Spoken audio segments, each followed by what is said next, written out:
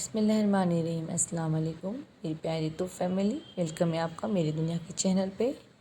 تو ماشاءاللہ دیکھیے صبح صبح کا وقت ہے اور گھر کے کام میرے سٹارٹ ہو چکے ہیں۔ تو سب سے پہلے میں نے سوچا کیوں نہ آپ کو ٹائم بتا دوں کہ میرا صبح کا روٹین کتنے بجے سے سٹارٹ ہوتا ہے۔ تو دیکھیے فجر کا ٹائم ہے، پر میں آپ کو ایک بات کہنا چاہتی ہوں کہ جو بیک گراؤنڈ میں آپ کو گاڑیوں کی، ہارن کی، لوگوں کی آوازیں آ رہی ہوں گی، کیونکہ آپ کو پتہ ہی ہے میرا گھر بہت اچھی خاصی چہل پہل کی جگہ ہے جو مین چوراہے پر ہے۔ تو آپ سب تو جانتے ہیں کہ میرا گھر بالکل ایک مین چوراہے پر ہے، تو اس کی جو رونق ہے اور جو اس کی آوازیں بالکل میرے گھر میں اتنی آتی ہے کہ پوچھو ہی مت۔ تو میں یہ ویڈیو تو صبح بنا لیتی ہوں، پر مجھے جب ایڈیٹنگ کا ٹائم آتا ہے تو مجھے نہ رات میں ٹائم مل پا رہا ہے اور نہ ہی صبح، تو میں یہ دوپہر میں ہی ایڈٹ کرتی ہوں۔ تو پلیز آپ ان سب آوازوں کو اگنور کریں گے اور میری باتوں پر دھیان دیں گے۔ تو آپ تو دیکھ چکے کہ آج کا میرا صبح کا روٹین تو آپ شروع ہو چکا ہے۔ تو آج کا جو ہمارا سب سے اہم مدعا ہے اور جو سب سے خاص بات مجھے آپ سے کرنی ہے، وہ ہر مسلمان کے لیے، ہر مومن کے لیے سب سے قیمتی ہے، اور وہ ہے نماز۔ تو چلتے ہی ہم نماز کے بارے میں کچھ باتیں کرتے ہیں۔ میں آپ سے ہمیشہ کہتی ہوں کہ میں کوئی بہت بڑی عالمہ نہیں ہوں، نہ ہی مجھے بہت زیادہ علم ہے، لیکن ہاں دین کے بارے میں، نماز کے بارے میں جتنا بھی جانتی ہوں، جو تھوڑا بہت سمجھتی ہوں، بس وہی دل سے آپ کے سامنے بیان کرتی ہوں۔ اور سب سے بڑی بات، الحمدللہ میں جو بھی کہتی ہوں اس پر خود عمل کرنے کی پوری کوشش کرتی ہوں، نہ کہ ایسا کہ صرف میں اپنی زبان، اپنے لفظوں میں خوبصورتی رکھتی ہوں، نہیں۔ اور ہمیشہ اللہ کا بھی فرمان ہے، ہمیں صرف ہمارے لفظوں میں خوبصورتی نہیں رکھنا ہے، ہمیں ہماری نیتوں میں خوبصورتی رکھنا ہے، جو اہم میں جو اس کا صلہ ہمیں صرف اور صرف اللہ رب الکریم سے ہی ملنا ہے۔ تو دیکھتے ہیں اللہ کے فضل و کرم سے اسی پر میں پورا توقع کرتی ہوں اور آپ سے آج کچھ باتیں شیئر کر رہی ہوں۔ تو نماز صرف ایک فرض نہیں ہے، یہ ہمارے اور اللہ کے بیچ کا ایک وہ بہت خوبصورت کنیکشن ہے جو دن میں 5 بار ہمیں سکون دیتا ہے۔ دنیا میں چاہے کتنا بھی شور ہو، بالکل اس میرے گھر کے چوراہے کی طرح، لیکن جب ہم نماز پر کھڑے ہوتے ہیں تو دل کے اندر ایک عجیب سا سکون آ جاتا ہے۔ اور آج نماز کے اسی سلسلے میں سوچ رہی تھی کہ اپنی بات شروع آپ سے کچھ نماز کے بارے میں شروع کروں، کہ اس کے کیا فائدے ہیں اور یہ کیسے ہماری زندگی کو بدل دیتی ہے، اور کیسے ہم اپنے بچوں کو اس کی بھی عادت ڈال سکتے ہیں۔ ان سب پر آج ہم تھوڑی سی گفتگو کریں گے، اور ہاں اس کے آگے آج کے دن میں اور کیا کیا خاص میں کر رہی ہوں اور کیا کیا خاص ہونے والا ہے، وہ بھی میں آپ کو آگے ویڈیو میں دکھاؤں گی۔ تو میری ویڈیو میں آپ میرے ساتھ بنی رہیے۔ تو آج ایک بات کرتی ہوں کہ اللہ کے رسول نے نماز کے بارے میں کیا کہا ہے، کہ ہمارے نبی کریم صلی اللہ علیہ وسلم نے نماز کی اہمیت پر اور بہت زور دیا ہے۔ آپ کی کچھ خاص حدیثیں ہیں، میں آپ کو بتاتی ہوں کہ نماز دین کا ایک ستون ہے، یعنی کہ ایک پلر۔ آپ نے فرمایا نماز دین کا ستون یعنی کھمبا ہے، یعنی جیسے بنا کھمبے کی کوئی عمارت کھڑی نہیں رہ سکتی، ویسے ہی نماز کے بنا مومن کا ایمان مکمل نہیں ہوتا۔ اور نماز ہمارے نبی کی آنکھوں کی ٹھنڈک ہے۔ حضور صلی اللہ علیہ وسلم نے فرمایا میری آنکھوں کی ٹھنڈک نماز میں رکھی گئی ہے۔ اور گناہوں سے پاکی، آپ نے ایک مثال دے کر سمجھایا کہ اگر کسی کے گھر کے سامنے ایک ندی بہتی ہو اور وہ اس میں دن میں 5 بار نہائے، تو کیا اس کے بدن پر کوئی میل باقی رہے گا؟ نہیں۔ تو صحابہ نے کہا کہ نہیں۔ آپ نے فرمایا یہی مثال 5 وقت کی نماز کی ہے، اللہ کی ان کے ذریعے ہمارے گناہوں کو مٹا دے، آمین۔ اور سب سے اہم بات کہ نماز کا تحفہ کہاں ملا؟ تمام عبادتیں دنیا میں فرشتے حضرت جبرائیل علیہ السلام کے ذریعے حکم کے طور پر آئی، لیکن نماز ایک ایسا خاص تحفہ ہے جس کے لیے اللہ تعالیٰ نے نبی پاک صلی اللہ علیہ وسلم کو خود عرش پر بلایا تھا۔ یہ تحفہ معراج کے سفر، شب معراج کے دوران آسمانوں کے پار سدرۃ المنتہا سے آگے اللہ تعالیٰ کی بارگاہ میں سیدھے طور پر رسول اللہ کو عطا کیا گیا۔ اور امید کرتی ہوں آپ سب تو جانتے ہوں اس واقعہ کے بارے میں۔ تو شروعات میں یہ 50 وقت کی نمازیں تھیں، جو بعد میں اللہ کے فضل سے 5 وقت کی کر دی گئیں، لیکن وعدہ یہ ہے کہ جو 5 وقت پڑھے گا اسے ثواب 50 وقت کا ہی ملے گا۔ سچ اور جھوٹ کے بارے میں نبی نے کیا فرمایا، میں آپ سے بتاتی ہوں کہ دنیا میں کچھ لوگ چاہیں جتنا بھی جھوٹ کا سہارا لے کر خود کو اچھا دکھانے کی کوشش کرے، سچ کبھی نہیں چھپتا۔ اس بارے میں نبی پاک صلی اللہ علیہ وسلم نے فرمایا ہمیشہ سچ کو اپنا بناؤ، کیونکہ سچ نیکی کی طرف لے جاتا ہے، اور نیکی جنت کا راستہ دکھاتی ہے۔ اور جھوٹ سے بچو کیونکہ جھوٹ گناہ کی طرف لے جاتا ہے اور برائی جہنم کا راستہ دکھاتی ہے۔ ایک اور جگہ ارشاد فرمایا میرے نبی نے کہ جب انسان لگاتار جھوٹ بولتا ہے اور جھوٹ کا سہارا لیتا ہے تو اللہ کے یہاں اس کا نام کذاب، بہت بڑا جھوٹا، لکھ دیا جاتا ہے۔ اس لیے دنیا چاہے جو کرے، مومن کو ہمیشہ سچ پر ڈٹے رہنا چاہیے کیونکہ جیت آخر میں سچ کی ہی ہوتی ہے۔ اور کچھ لوگ ایسے ہوتے ہیں جو لوگ باتیں بڑی بڑی کرتے ہیں، خود کو اچھا دکھاتے ہیں لیکن اپنے وعدے سے مکر جاتے ہیں۔ اسلام میں ان کی اس حرکت کو بہت برا مانا گیا ہے۔ نبی کریم صلی اللہ علیہ وسلم نے اس منافق، ڈھونگی، کپٹ کرنے والوں کی یہ نشانی ہے۔ آپ نے فرمایا کہ منافق کی 3 نشانیاں ہیں: جب بات کرے تو جھوٹ بولتا ہے، اور جب وعدہ کرے تو اس کے خلاف جائے مکر جائے، اور جب اس کے پاس امانت رکھی جائے تو اس میں وہ خیانت کرتا ہے۔ یہ منافق لوگوں کی نشانیاں ہیں۔ اللہ تعالیٰ ہمیں ایسے منافق لوگوں سے ہمیشہ دور رکھے اور اللہ تعالیٰ ہمیں اس کی حفظ امان میں رکھے۔ میں تو ہمیشہ اللہ سے یہی دعا کرتی ہوں کہ مجھے اس طریقے کے لوگوں سے ہمیشہ بہت دور کر دے، آمین۔ میری پیاری تو فیملی، میں آپ کو چلتے چلتے اپنے دل سے ایک اور بات کہنا چاہتی ہوں کہ دنیا میں ہم اکثر لوگوں کے پیچھے بھاگتے ہیں، رشتوں کو سنبھالنے کی بھی کوشش کرتے ہیں، لیکن سچ تو یہ ہے کہ دنیا میں کسی کا ساتھ ہو یا نہ ہو، ہمارے پاس صرف ہمارے اللہ کا ساتھ ہونا چاہیے اور ہمارے نبی صلی اللہ علیہ وسلم کی سنت کا ساتھ ہونا چاہیے، کیونکہ دنیا کے جتنے بھی رشتے نا وہ سب اسی دنیا کی حد تک ہے۔ لوگ آج ہیں کل بدل جائیں گے، کوئی آج آپ کے ساتھ ہے کل اپنی ہی سہولیت سے مکر جائیں گے، لیکن ایک رشتہ ایسا ہے جو سب سے اہم ہے، سب سے پاک ہے، اور وہ ہے ہمارا اور ہمارے اللہ کا رشتہ۔ اللہ کی محبت میں وہ محبت ہے جو ہمیں اس دنیا میں بھی کبھی تنہا نہیں چھوڑتی، اور جب ہم اس دنیا سے جائیں گے قبر کے اندھیرے میں اور آخرت کے میدان میں بھی وہ ہمیں کبھی تنہا نہیں چھوڑے گا۔ جب وہ رب ہم سے اتنی محبت بے انتہا کرتا ہے تو کیوں نہ ہم اپنا سب سے سچا، سب سے پکا اور اٹوٹ رشتہ صرف اپنے اللہ سے ہی بنا لے۔ ہمارے نبی صلی اللہ علیہ وسلم نے ہمیں یہی سکھایا ہے، انہوں نے پوری زندگی ہمیں یہی راستہ دکھایا ہے کہ دنیا کی محفلوں میں دل لگانے کے بجائے اس ذات سے دل لگاؤ جو شے کے ہر رگ سے بھی، جو کہتے ہیں نا ہماری جو نفس ہے، جو ہر شے کی رگ ہوتی ہے اس سے بھی زیادہ وہ ہمارے قریب ہے۔ جب آپ 5 وقت نماز میں اس کے سامنے جھکتے ہیں تو آپ دنیا کے ہر شخص سے اونچے ہو جاتے ہیں۔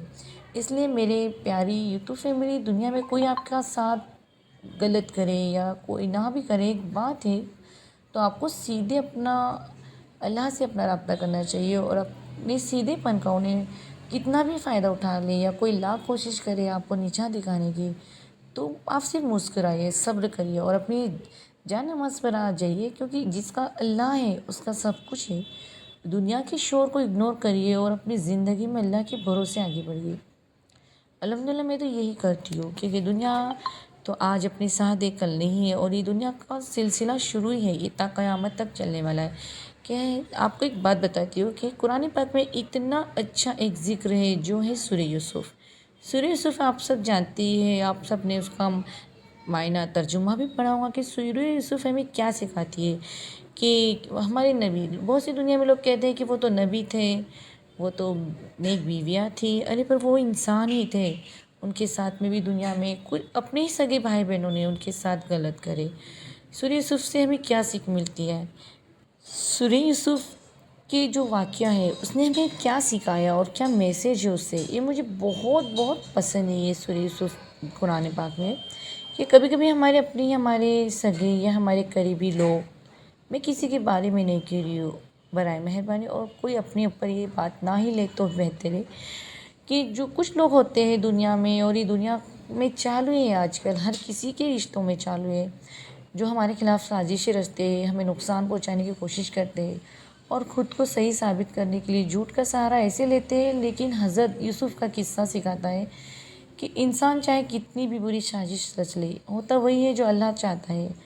ان کے سگی بھائیوں نے انہیں کنویں میں گرا کر ختم کرنا چاہتا، لیکن اللہ نے اسی کنویں کو ان کے لیے مصر کی حکومت کا راستہ بنا دیا۔ سبحان اللہ۔ تو اس کا دوسرا سبق یہ ہے کہ سچ اور پاکیزگی کی جیت۔ مصر میں بھی ان پر جھوٹا الزام لگایا گیا جس کی وجہ سے انہیں سالوں جیل میں گزارنے پڑے، لیکن انہوں نے سچ کا ساتھ نہیں چھوڑا اور اللہ پر توکل رکھا۔ آخر میں ان کا سچ پوری دنیا کے سامنے آیا اور وہ مصر کے اتنے عزیز وزیر اعلیٰ بنے، اس بات کی دلیل ہے کہ جھوٹ چاہے کتنا بھی طاقتور لگے، جیت آخر سچ کی ہی ہوتی ہے۔ میں آپ کو کہنا چاہتی ہوں کہ اللہ تعالیٰ نے حضرت یوسف کا امتحان کیوں لیا؟ بہت سے آج کل دنیا میں لوگ ایسے ہیں کہ اگر کوئی امتحان کے دور سے گزرتا ہے تو کہتے ہیں کہ بہت گنہگار ہے، اس نے ایسا کیا، اس نے ویسا کیا، تو اللہ تعالیٰ اس کو یہیں پہ سزا دے رہا ہے۔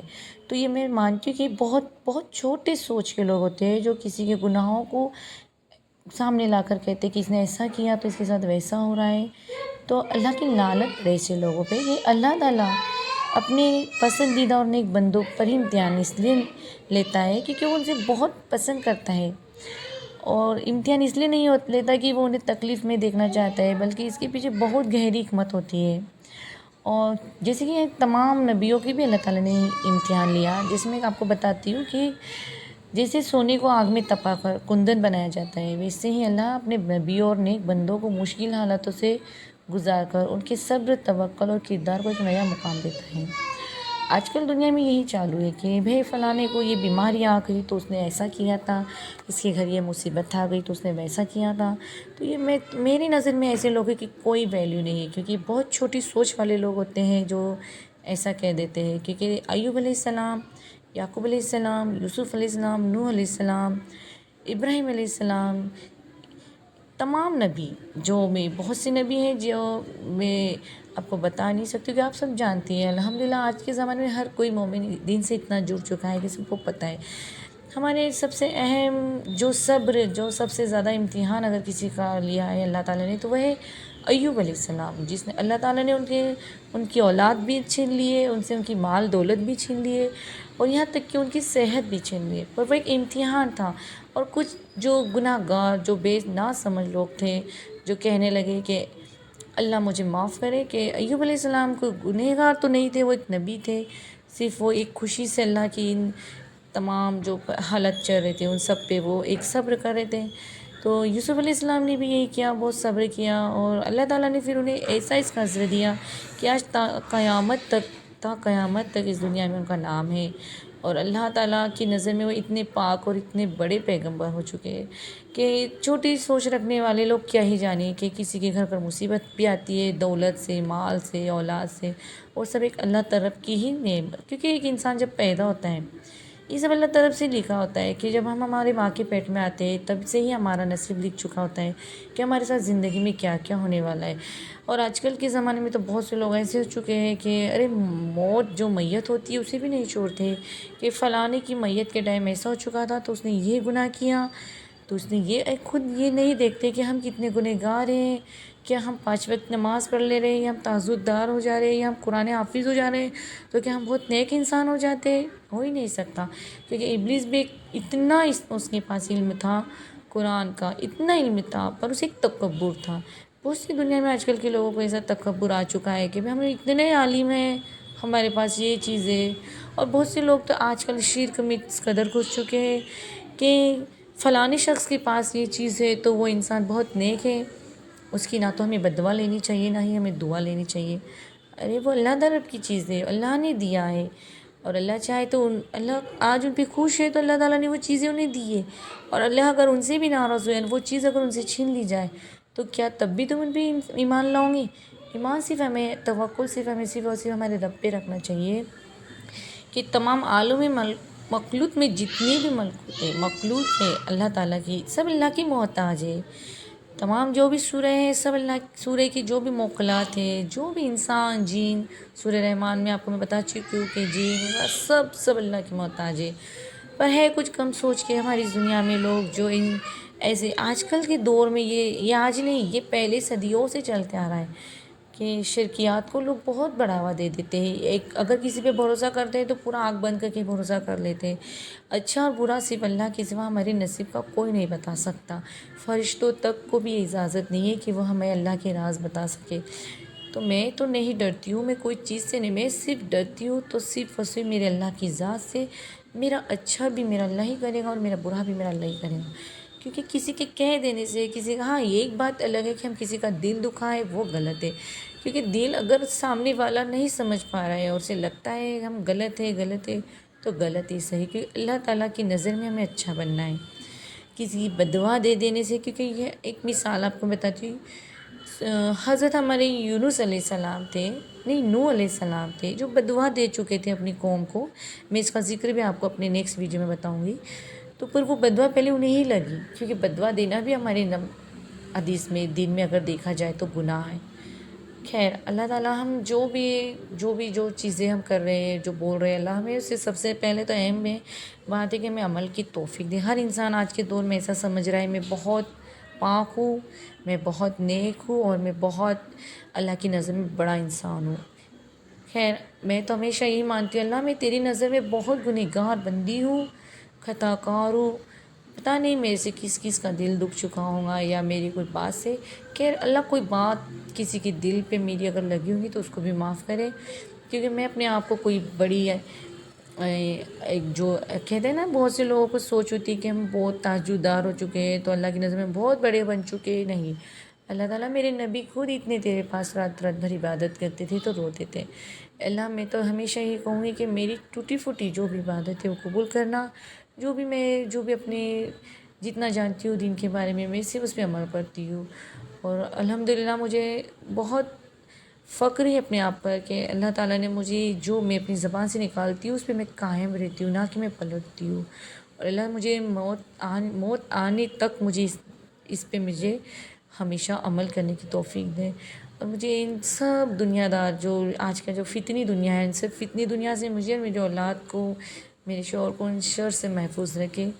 تو خیر، آپ کو میرا ویڈیو آج کا کیسا لگا؟